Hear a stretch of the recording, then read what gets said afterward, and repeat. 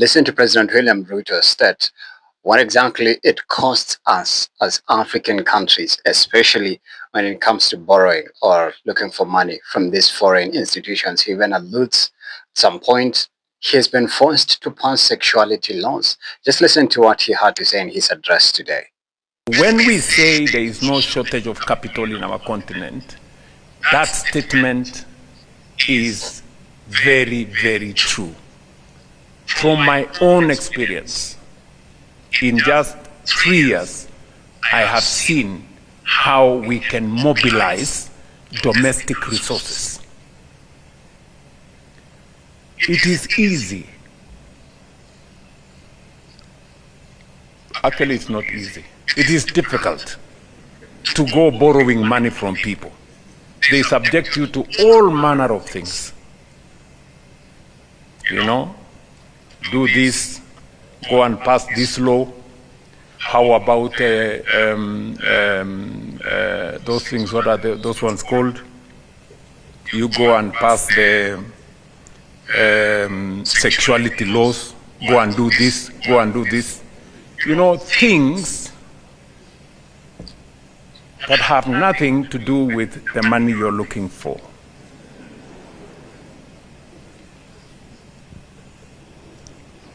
But, of course, you are subjected to such if you refuse to do what you have to do. He's absolutely correct, because tell me why, if you're going to the IMF or World Bank or these other lending institutions and countries too, because we have the most widest public debt ever, foreign debt ever. And in fact, even during the Anti-Finance Bill 2024, one of the motions and also one of the quests was to have a public debt audited, because why do we have 13 trillion as pending public debt that has not been paid? But yet there are so many entities that keep on, giving us money.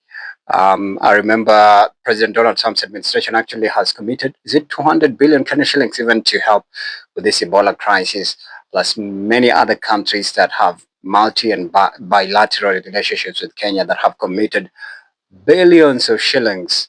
But yet here we are suffering again from, being at the mercy of our, our lenders, of our debtors. So we are indebted to some of these financial institutions, and it's time that we stamp our feet on the ground. And I pray and I trust and I believe from the president's address, he's maybe looking forward to look for alternative ways of like creating revenue or generating income.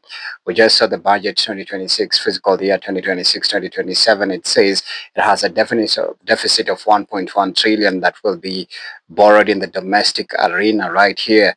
That could strain our financial institutions, but that doesn't necessarily mean that we are badly off and we can't function or operate or run our economy. There's so many structures that are running in our country.